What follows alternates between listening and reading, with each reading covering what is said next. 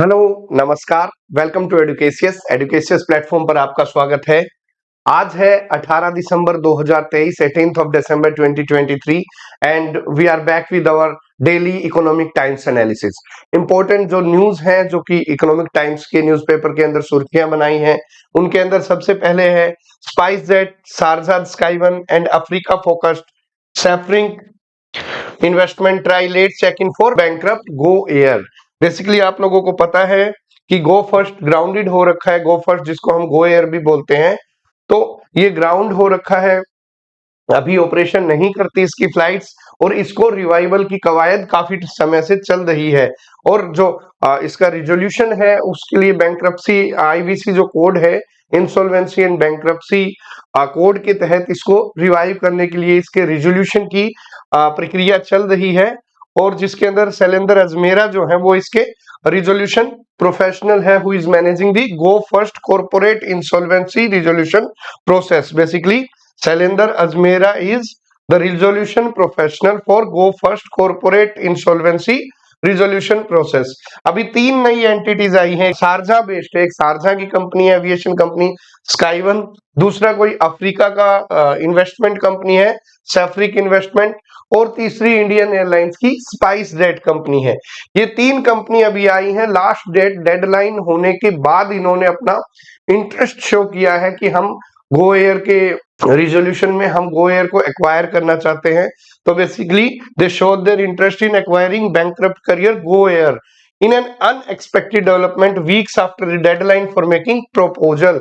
मतलब डेडलाइन जो प्रपोजल की मांगी गई थी वो पास हो चुकी है, और उसके कुछ हफ्ते बाद इन 3 कंपनियों ने अपना एकदम से इंटरेस्ट शो किया है कि हम गो फर्स्ट को रिवाइवल चाहते हैं, हम गो फर्स्ट को एक्वायर करना चाहते हैं।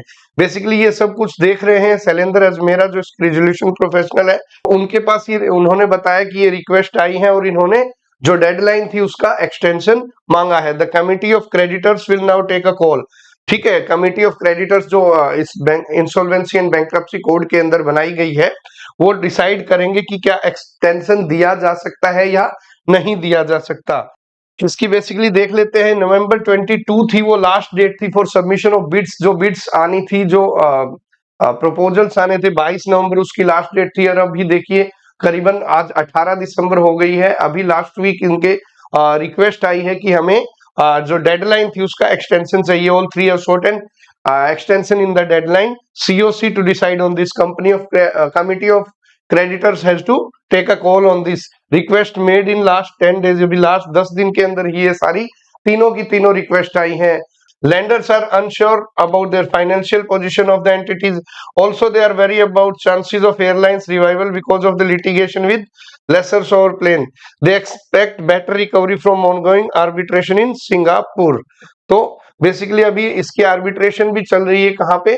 सिंगापुर के अंदर चल रही है। जो इसके यूएस बेस्ड जो लेसर हैं, जिन्होंने एयरलाइंस लीज पे दे रखे हैं, उनके साथ आर्बिट्रेशन चल रही है सिंगापुर के अंदर।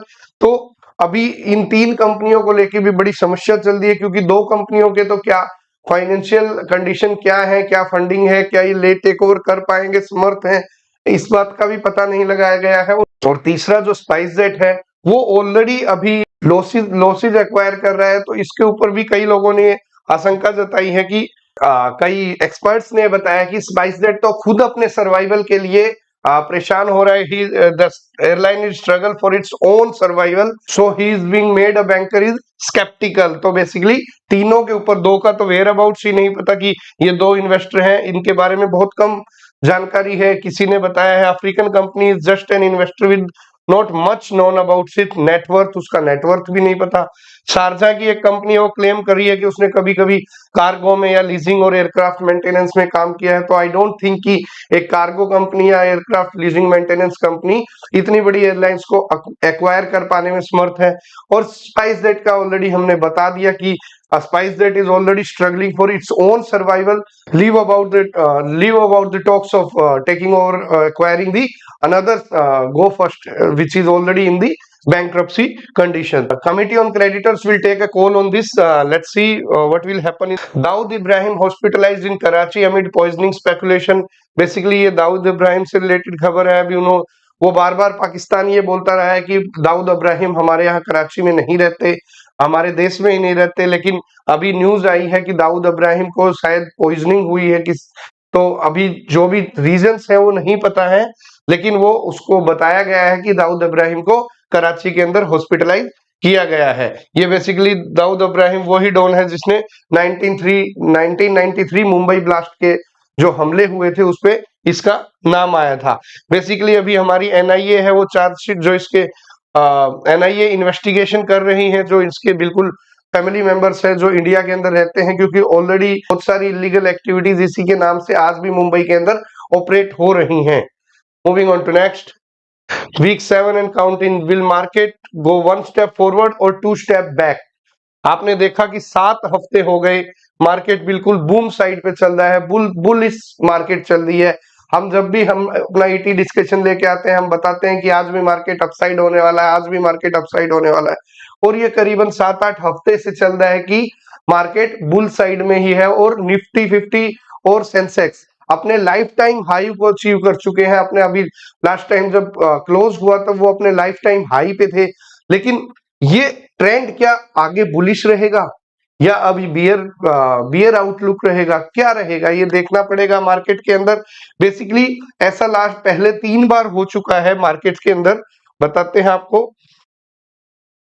ऐसा ये 7-7 हफ्ते की जो कहानी है, 7 हफ्ते मार्केट उछलती है और फिर एकदम 2 स्टेप बैकवर्ड आती है, बहुत ज्यादा उसमें गिरावट देखने को मिलती है। सबसे पहले फरवरी 8 से अप्रैल 5 के बीच में 2010 के अंदर 9 वीक तक राइज हुई थी, और उसके बाद इंस्टेंट डिक्लाइन आया था 10.73% का इंस्टेंट डिक्लाइन आ गया था एकदम 7 हफ्ते चढ़ने के बाद।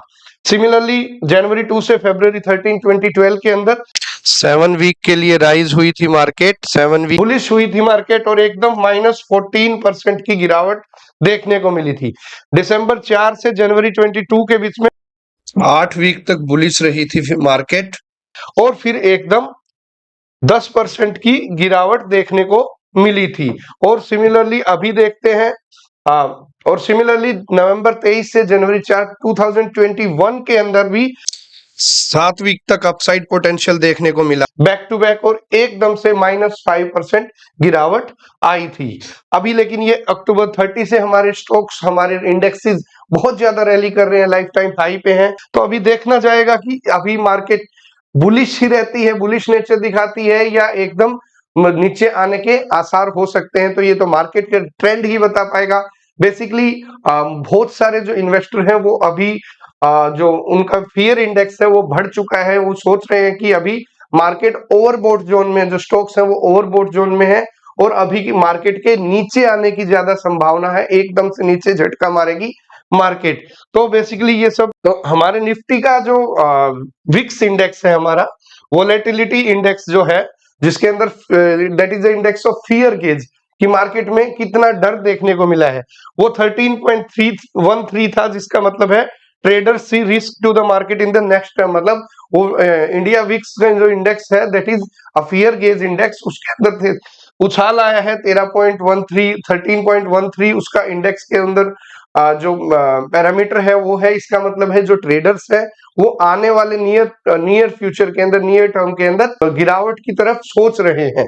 निफ्टी जो कि 1900 लेवल्स पे था, आज 21500 के लेवल पे गया हुआ है रिसेंट सेशन में। तो 8 से 10% की करेक्शन एक्सपेक्टेड है, मतलब 8 से 10% नीचे आने की मार्केट की संभावना हो सकती है इस वीक में या नेक्स्ट वीक तक। तो देखते हैं मार्केट क्या हाल दिखाती है आने वाले समय में। लेकिन अभी ट्रेडर्स को सलाह दी जा रही है कि वो बहुत कॉशियसली ट्रेड करें, because market is already on its lifetime high. Moving on to next, split money across 2 sovereign gold bond tranches, gold prices have support. Analyst, investor can split their money equally across 2 tranches of the sovereign gold bond announced by the RBI for the second half of the financial year according to wealth manager. Basically अभी third tranche sovereign gold bond start किया गया था government के द्वारा, जिसको RBI oversee करता है। इसके अंदर क्या है, हमें फिजिकल गोल्ड लेने की जरूरत नहीं होती, हम अपना जो पैसा है, हमारा capital in the form of sovereign gold bonds, जो कि गवर्नमेंट ऑफ इंडिया की और आरबीआई की गारंटीड बॉन्ड होते हैं, सोवरेन गोल्ड बॉन्ड, वो जब स्टार्ट किए जाते हैं उस टाइम हम उन पे अपना जो कैपिटल होता है वो पार्क कर सकते हैं। उसका दो तीन फायदे रहते हैं सोवरेन गोल्ड बॉन्ड में इन्वेस्टमेंट करने के। नंबर वन, जो गोल्ड के प्राइस अप्रिसिएशन होते हैं आपको वो भी अप्रिसिएशन मिलेंगे on the maturity. Number two, बहुत बड़ा इसका फायदा ये है कि on the date of maturity आपका long term capital gain tax से एग्जेम्प्टेड रहते हो। बाकी हर इन्वेस्टमेंट में, मोस्टली इन्वेस्टमेंट में आपको लॉन्ग टर्म गेन टैक्स देना पड़ता है, but if you are parking your money, if you are investing your money in sovereign gold bond, then you are exempted from long term capital gain tax. और तीसरा ये रहता है कि इसके अंदर हमें एनुअली 2.5% का इंटरेस्ट रेट भी मिलता है apart from the appreciation in the gold prices. तो एक ये इनकम का जरिया भी होता है, मतलब पार्ट इनकम भी हमारे पास in the form of interest payment आती रहती है। तो अभी थर्ड ट्रांच चलेगी सोवरेन गोल्ड बॉन्ड की, एसजीबी की थर्ड ट्रांच अभी स्टार्ट की है, that is available for subscription from December 18 to 22, 18 दिसंबर से 22 दिसंबर के बीच अगर हमें किसी को गोल्ड लेना है तो वो सोवरेन गोल्ड बॉन्ड के थ्रू एक्वायर कर सकता है। इसका एक और फायदा रहता है कि यहाँ पे ये 50 रुपी पर ग्राम की डिजिटल पेमेंट, अगर आप डिजिटल पेमेंट से सोवरेन गोल्ड बॉन्ड के अंदर परचेज करते हो तो 50 रुपए पर ग्राम आपको डिस्काउंट भी मिलता है। जो प्राइस है अभी क्या है, 6149 पर ग्राम ऑफ गोल्ड है अगर आप सोवरेन गोल्ड बॉन्ड में लेते हो तो, और उस पे 50 रुपए का डिस्काउंट भी अवेलेबल है। सबसे बढ़िया बात रहती है कि आपको अगर गोल्ड लेना है उस मेकिंग चार्जेस वगैरह से भी एग्जेम्प्टेड होते हैं सोवरेन गोल्ड बॉन्ड, क्योंकि आप फिजिकल गोल्ड एक्वायर नहीं कर रहे, आपके बिहाफ पे गवर्नमेंट एक्वायर करेगी। You will be getting the benefits of appreciation in gold prices. तो बेसिकली ये अभी सब्सक्रिप्शन के लिए अलाउड है। तो जो भी अपना मनी पार्क करना चाहते हैं, जो लोग फिजिकल गोल्ड बाय करते हैं, उनके लिए ये बहुत अच्छी स्कीम है कि आप अपना मनी सोवरेन गोल्ड बॉन्ड के अंदर पार्क कर सकते हैं। इससे आपको सबसे बड़ी बात है सिक्योरिटी नहीं रहेगी। कई बार हम देखने को मिलते हैं कि सोना चोरी हो गया, घर में चोरी हुई और मोस्टली जो ज्वेलरी थी वो चली जाती है। तो आप सोवरेन गोल्ड बॉन्ड में आप गोल्ड एप्रिसिएशन का फायदा भी उठा रहे हो, नंबर वन, गवर्नमेंट की गारंटी भी है, number two, and third is आपको इंटरेस्ट पेमेंट भी मिल रही है, और नंबर चार, आपको सिक्योरिटी की चिंता नहीं है। आपने गोल्ड भी खरीदा है but that is in a digital format. तो this is a great scheme announced by the government of India along with RBI, and analysts expect that gold prices to remain supported in the near term as US Fed has hinted an end on the high interest rate cycle, and so the US Fed will cut the interest rate thrice in 2024। तो इससे हमारे gold rate जो है उनके high जाने की संभावना है। अभी बात करते हैं मुंबई की प्राइसेस की। जो गोल्ड के प्राइस था, आप देखिए इसमें कैसे कैसे अप्रिसिएशन होता है अगर हम गोल्ड में मनी पार्क करते हैं। 19 दिसंबर 2018 को, 19 दिसंबर 2018 को 31,650 रुपए पर 10 ग्राम इसका रेट था गोल्ड का, मतलब पर ग्राम 3165 वाज द पर ग्राम रेट ऑफ गोल्ड, जो कि आज 15 दिसंबर 2023 को जब लास्ट मार्केट क्लोज हुई थी, इट्स 62,250 पर 10 ग्राम, मतलब 62,000, ऑलमोस्ट डबल हो गया है। कितने, 5 साल के अंदर आपका अगर मनी पार्क किया होता सोवरेन गोल्ड बॉन्ड में तो आपका डबल हो चुका है along with the interest payment. Angel one के एनालिस्ट है, वो कह रहे हैं कि गोल्ड प्राइस के और मूव अप होने की संभावना है फेडेक्स के इंटरेस्ट रेट के हिसाब से, और डॉलर रूपी वॉलेटिलिटी में। तो यहाँ पे क्या है, अभी अपॉर्चुनिटी है कि हम गोल्ड में रहेंगे क्योंकि इसका प्राइस एम्पलीफाई करेगा, और ये अभी 62,500 पे ट्रेड कर रहा है गोल्ड, लेकिन इसकी संभावना है कि 63,250 तक जाने पर 10 ग्राम जाने की संभावना है नियर टर्म के अंदर। चलते हैं आगे। Smaller cities a big market for Apple, account for over 60% of sales now. Basically जो एप्पल है, कोपर्टिनो, जो कि आईफोन बनाती है एप्पल, दो दिस अभी इसकी जो सेल्स है उसमें इंडिया के अंदर पहले टायर 1 सिटीज जैसे कि दिल्ली, अहमदाबाद, मुंबई, बेंगलोर, ऐसी सिटीज में ज्यादा 65% के करीब सेल होती थी। बाकी टायर 2 और टायर 3 सिटीज के अंदर काफी कम सेल होती थी। बट अभी रिसेंटली जो डेटा आया है, जो पहले रहती 65 to 75% अब टायर 1 से आती थी, लेकिन अभी ये सब चीज शिफ्ट हो गई है, और ग्लोबल पेंडेमिक के बाद जो स्मार्टफोन की रिक्वायरमेंट जो आई है, क्योंकि almost most of the work is being done by smartphone only, तो टायर 3 सिटीज के अंदर 60% तक सेल राइज हो रही है। Before the pandemic the apples focus was mainly on tyre 1 और मैक्सिमम टायर 2 मार्केट, बट अभी शिफ्ट हुआ है लोगों का विश्वास हुआ है ऑनलाइन प्लेटफॉर्म पे। रिलायंस डिजिटल है, क्रोमा है, अमेजन है, फ्लिपकार्ट है, इसके ऊपर लोगों का विश्वास बढ़ा है और इस वजह से रूरल एरिया जहां पे टायर 3 सिटीज में इसकी पेनिट्रेशन हुई है और एप्पल की टायर 3 सिटीज में 60% तक मार्केट ग्रो हुई है। Moving on to next, GIFT Nifty down 65 point. Here is the trading setup for today's session. अभी हम देख रहे हैं बहुत ज्यादा बुलिश, हमने बात की, ऑलरेडी बात की कि बहुत ज्यादा बुलिश ट्रेंड चल रहा था मार्केट का लास्ट 7 वीक से। आज गिफ्ट निफ्टी नीचे खुला है और अभी जस्ट अभी मार्केट स्टार्ट हुई है, तो निफ्टी 50 के अंदर भी थोड़ा सा 0.10% का गिरावट देखने को मिली है। तो ये इस बात से एक कयास लगाया जा सकता है कि मे बी बुलिश ट्रेंड जो अभी हम पीछे डिस्कस कर रहे थे, बुलिश ट्रेंड खत्म हो गया है और अब मार्केट एक या दो स्टेप नीचे आ सकती है। तो बड़े ही कॉशनरी ट्रेड करना है। जो भी आप ट्रेडिंग के अंदर अगर इन्वॉल्व हो तो आपको बहुत ही समझदारी से, बहुत ही कॉशन से ट्रेड करना है, because market is such in such a volatile condition that it can go up also, but the chances of going down are maximum as per the analyst of various brokerage firms.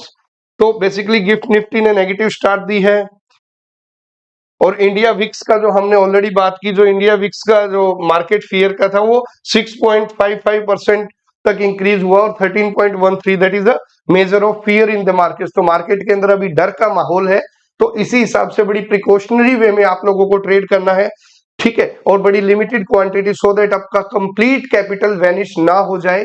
तो इस वजह से आप लोगों को trade बड़ा ही संभाल के करना है।